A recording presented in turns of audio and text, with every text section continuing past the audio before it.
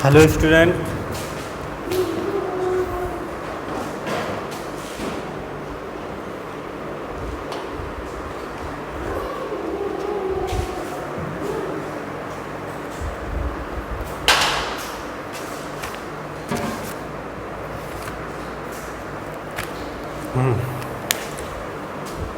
काफ़ी टाइम से आपका वीडियो नहीं आया, ठीक। तो हमारे फ़ोन की डिस्प्ले थोड़ा ख़राब हो गई थी, इसलिए वीडियो नहीं बना पाए थे। कल भी हमने वीडियो बनाया था, लेकिन फ़ोन में आवाज़ नहीं आ रही थी वीडियो में, तो हम अपलोड नहीं कर पाए। तो कल वाला वही बता रहे हैं, ठीक। तो आपका जो अभी तक का हो गया था वो स्वपोषी विषमपोषी जीव हो गए थे। स्वपोषी पोषण, विषमपोषी पोषण हो गया था। मतलब जो एक कोष की जीवों में पोषण बता दिया था। बहुकोष की जीव इंसानों में पोषण की बात आती है, ठीक। तो इंसानों में जो पोषण होता है पाचन के माध्यम से होता है। अब पाचन की क्रिया में क्या क्या होता है वो आपको बताना है। देखो, पाचन में जो मनुष्य में पाचन होता है उसका डायग्राम आपकी बुक में दिया है। तो बुक से आप पहले तो डायग्राम बनाएंगे। डायग्राम बनाने के बाद उसके नीचे लिखेंगे। लिखने के लिए क्या होगा कि हम इधर आपको समझाएंगे और लिखना है आपको, हम पिक भेज देंगे तो उससे आपको लिखना है, ठीक। इधर हम जैसे लिखेंगे आपको शायद समझ में नहीं आया तो हम लिखी लिखाई पिक भेज देंगे तो उससे आप लिख लेना। इधर से आपको क्या है समझना है। तो मनुष्य में जब पाचन की बात आती है तो कौन कौन से भाग मनुष्य के पाचन में सहायक होते हैं, भोजन के पाचन में सहायक होते हैं, ठीक। तो देखो, सबसे पहले क्या होता है कि देखो, मनुष्य पाचन को दो भागों में बांटा गया है। एक तो आहार नाल हो गई, दूसरा पाचन ग्रंथियां हो गई, लेकिन हम पढ़ेंगे दोनों को साथ साथ। अब आहार नाल एक हो गई, आहार नाल। दूसरा हो गया पाचन ग्रंथियां।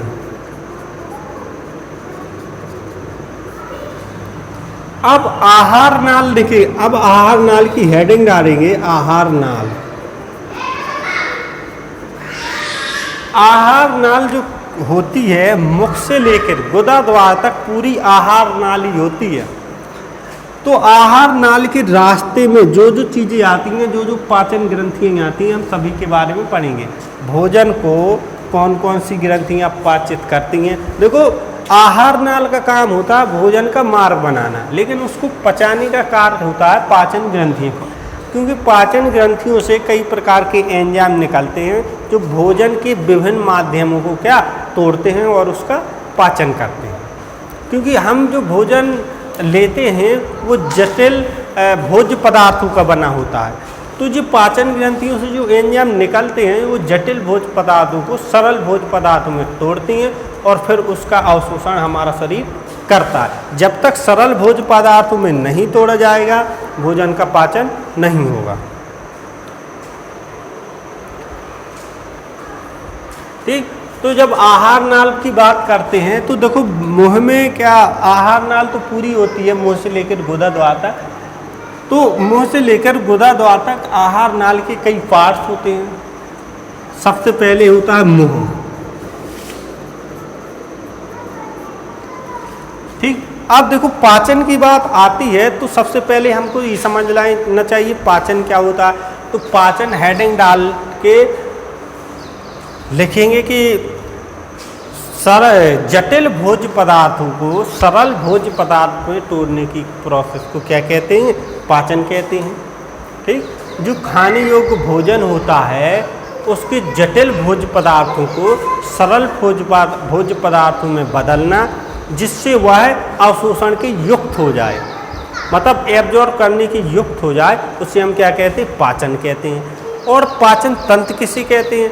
पाचन की क्रिया में जो अंग भाग लेते हैं वो पूरे अंग मिलकर क्या बनाते हैं, पाचन तंत्र बनाते हैं। मतलब पाचन की क्रिया में जो जो अंग भाग लेते हैं उन सभी अंगों को क्या पाचन तंत्र कहते हैं, ठीक। इसकी पिक हम भेज देंगे तो उससे आप लिख लेना। अब भोजन का पाचन तो मुख से ही स्टार्ट हो जाता है, जो भोजन पचता है वो मुख से ही स्टार्ट हो जाता है। अब मुख से जब हम भोजन करते हैं तो भोजन को हमारे दांत क्या करते हैं, चबाते हैं और कई टुकड़ों में तोड़ देते हैं। भोजन जब हम करते हैं तो मुख क्या होता है, दांत होते हैं मुख में, और दांत भोजन को कई टुकड़ों में तोड़ देते हैं।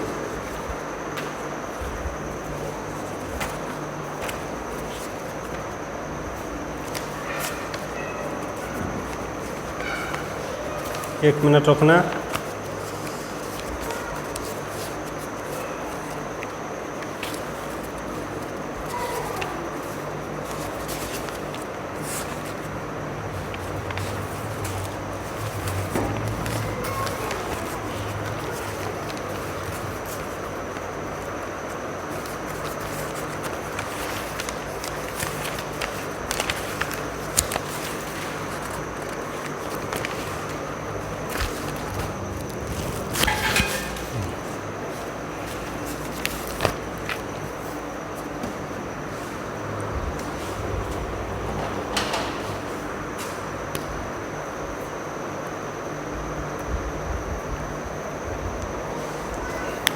ठीक, तो जो दांत होते हैं भोजन को कई टुकड़ों में तोड़ देते हैं, जिससे भोजन क्या होता है, भोजन का जो आकार होता है वो कम हो जाता है।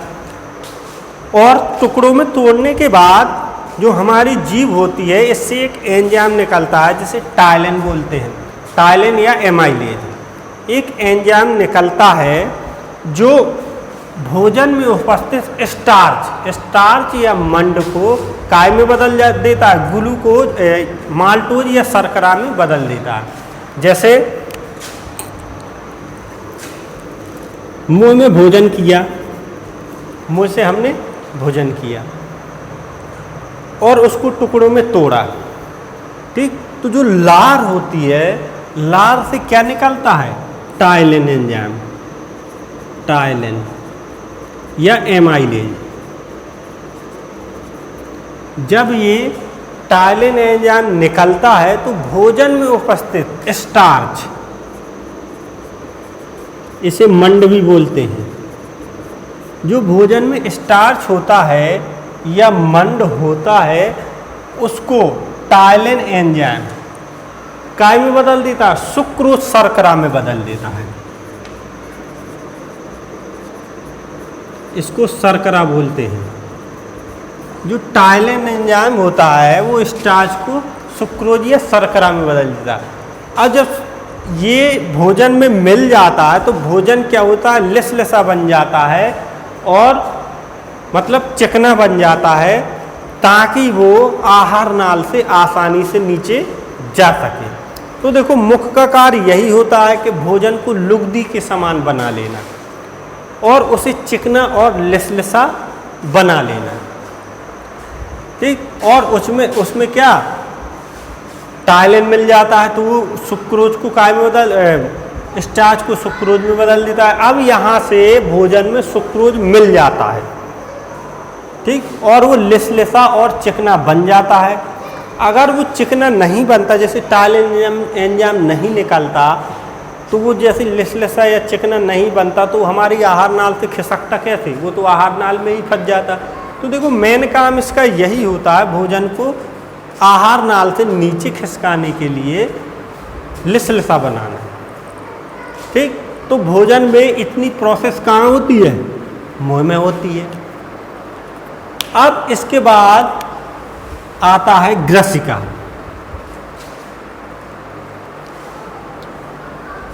नहीं, ग्रसनी।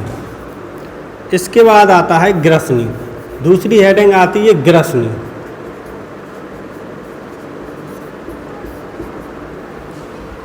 आहार नाल से ही संबंधित दूसरी आती है हेडिंग ग्रसनी। ये जो भाग होता है इतना, ये कहलाता है ग्रसनी। ग्रसनी का जो भाग होता है, ग्रसनी में कोई पाचन नहीं होता, ना कोई पाचन ग्रंथियां होती हैं, सिर्फ एक क्षेत्र को नाम दे दिया गया है ग्रसनी। अब ग्रसनी जो इतना क्षेत्र होता है, तो देखो ग्रसनी में जो श्वास तंत्र होता है और आहार तंत्र दोनों खुलते हैं। मतलब श्वसन तंत्र, जहाँ से हम सांस लेते हैं नाक के द्वारा, वो कहाँ आके मिलता है? आहार नाल से, ग्रसनी में। और जहाँ से हम भोजन करते हैं वो नाल भी आके कहाँ मिलती है? ग्रसनी में। तो मतलब ग्रसनी में किसी भी प्रकार का पाचन नहीं होता है, सिर्फ श्वसन तंत्र और आहार तंत्र जहाँ पर मिलते हैं उस क्षेत्र को कहते हैं ग्रसनी।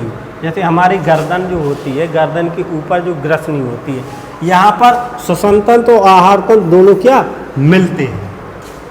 यहाँ से एयर आती है, इसको बोलते हैं एयर पाइप और इसको बोलते हैं फूड पाइप। मतलब भोजन जहाँ से करते हैं और सांस जहाँ से लेते हैं। एयर पाइप जहाँ से सांस लेते हैं जिसे नासाद्वार कहते हैं, और फूड पाइप जहाँ से भोजन करते हैं मुखगा कहते हैं।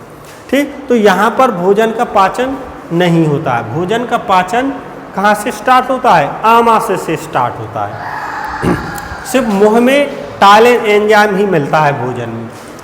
तो ग्रसनी में भोजन का कोई पाचन नहीं होता है। ग्रसनी में श्वसन तंत्र और आहार तंत्र दोनों मिलते हैं। उस क्षेत्र को हम क्या कहते हैं? ग्रसनी कहते हैं। अब बात करते हैं ग्रसिका। ग्रसिका जो यहाँ से लेकर पूरा आमाशय तक क्या होता है? ग्रसिका होती है।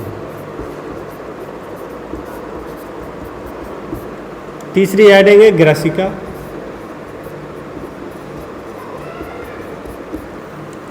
ठीक,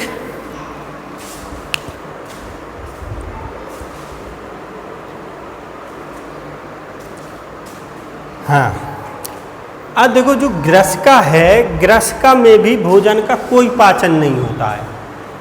अगर हम नॉर्मल सी भाषा में देखें तो हमारे इधर से लेकर जो इधर तक का जो हिस्सा होता है वो ग्रसिका तक आता है। ठीक, ग्रसिका की मांसपेशियों में क्रमांकुचन की गति होती है। क्रमांकुचन की गति क्या? जैसे हम किसी चीज़ को घुटकते हैं, अंदर ले जाते हैं, तो हमारी गर्दन में क्या गति होती है? मतलब ऊपर नीचे गति होती है। जैसे हम थूक घुटकते हैं तो गर्दन में ऊपर नीचे गति होती है, क्रमांकुचन गति कहलाती है। इस क्रमांकुचन गति के द्वारा ही भोजन का होता है अंदर तक जाता है, मतलब आमाशय तक जाता है, क्रमांकुचन गति के कारण। यहाँ पर भी भोजन का कोई पाचन नहीं होता है। सिर्फ इसकी मांसपेशियों में क्रमांकुचन की गति होती है और उसी गति के कारण ही भोजन नीचे की ओर खिसकता जाता है और कहाँ पहुँच जाता है? आमाशय में। अब आमाशय क्या है? पेट होता है। यहीं से भोजन का पाचन शुरू होता है। ठीक, तो आमाशय मतलब जो पसलियाँ होती हैं उसके ऊपर का हिस्सा और नीचे के हिस्से को अलग क्या करता है? डायाफ्राम, जिसे बोलते हैं डायाफ्राम। जो पसलियों के ऊपर और मतलब नीचे के हिस्से को अलग कहते हैं। इसे डायाफ्राम क्या होता है? पसलियाँ ही तो होती हैं, पूरे शरीर में फैली रहती हैं ऐसे, इसी को तो बोलते हैं डायाफ्राम। मतलब ऊपर का हिस्सा डायाफ्राम होता है, नीचे पाचन अंग होते हैं। ठीक, तो जब भोजन ग्रसिका के द्वारा आमाशय में प्रवेश करता है तो इसमें कोई पाचन नहीं होता है। ठीक, ग्रसिका की कोशिकाओं में क्रमांकुचन की गति होती है जिससे भोजन आराम से आमाशय तक पहुंच जाता है। ठीक, तो देखो समझाने में क्या होता है? समझाने में जल्दी समझाना पड़ता है और समझाने में स्पीड जल्दी हो जाती है, लिखने में थोड़ा टाइम लगता है। तो आपको सिर्फ 3 ही चीज़ें समझनी है। मनुष्य में पाचन, सबसे पहले आपको पाचन की हेडिंग डालनी होगी, ऊपर डालनी होगी मनुष्य में पाचन। नंबर 1 हेडिंग डालनी होगी पाचन। पाचन क्या होता है? पाचन हमने आपको बता दिया था कि जटिल भोज्य पदार्थों को सरल भोज्य पदार्थों में तोड़ने की क्रिया, जिससे उसे अवशोषण युक्त बना सके और हमारा शरीर उसका उपयोग कर सके, पाचन कहलाता है। पाचन तंत्र, पाचन क्रिया में जो जो अंग भाग लेते हैं उन्हें हम क्या कहते हैं? पाचन तंत्र कहते हैं। ठीक, पाचन तंत्र के बाद हो गया पाचन तंत्र 2 प्रकार से होता है। एक तो आहार नाल, जो मनुष्य में पाचन होता है वो 2 प्रकार से होता है, आहार नाल और पाचन ग्रंथियाँ। ठीक, अब हेडिंग डालेंगे आहार नाल, क्योंकि मुख से लेकर गुदा द्वार तक पूरी आहार नाल होती है। इसके कई पार्ट होते हैं। तो आहार नाल का पहला पार्ट हो गया मुंह। मुंह में भोजन का पाचन होता है, जहाँ पर टाइलिन एंजाइम मिलता है। टाइलिन एंजाइम मिलने से क्या मंड या जो स्टार्च होता है उसमें क्या वो सुक्रोज में बदल जाता है। सुक्रोज एक शर्करा, अब भोजन में सुक्रोज शर्करा मिल जाती है, जिससे भोजन लसलसा और मतलब बन जाता है। अब मुंह में पाचन के बाद भोजन कहाँ आता है? ग्रसनी में। ग्रसनी में कोई पाचन नहीं होता है, ये नहीं है, भोजन में कोई पाचन नहीं होता है। इसके बाद भोजन कहाँ आता है? ग्रसिका में। यहाँ पर भी भोजन का कोई पाचन नहीं होता है। यहाँ पर क्रमांकन की गति के कारण भोजन आराम से खिसकता हुआ कहाँ पहुँचता है? आमाशय में पहुँचता है। अब आमाशय से भोजन का पाचन क्या स्टार्ट होता है। यहाँ पर विभिन्न प्रकार की ग्रंथियाँ होती हैं, उनसे एंजाइम्स निकलते हैं जो भोजन के विभिन्न अवयवों को तोड़ते हैं और सरल भोज्य पदार्थों में बदल देते हैं, जिससे शरीर उसका फिर अवशोषण कर लेता है। ठीक, तो अभी आपको 3 ही हेडिंग लिखना है ग्रसिका तक। ठीक, इसके बाद जो आगे की वो बताएंगे उसमें आप आगे तक लिखना है। इसकी हम पिक भेज देंगे तो उसमें आपको लिख लेना है। ठीक।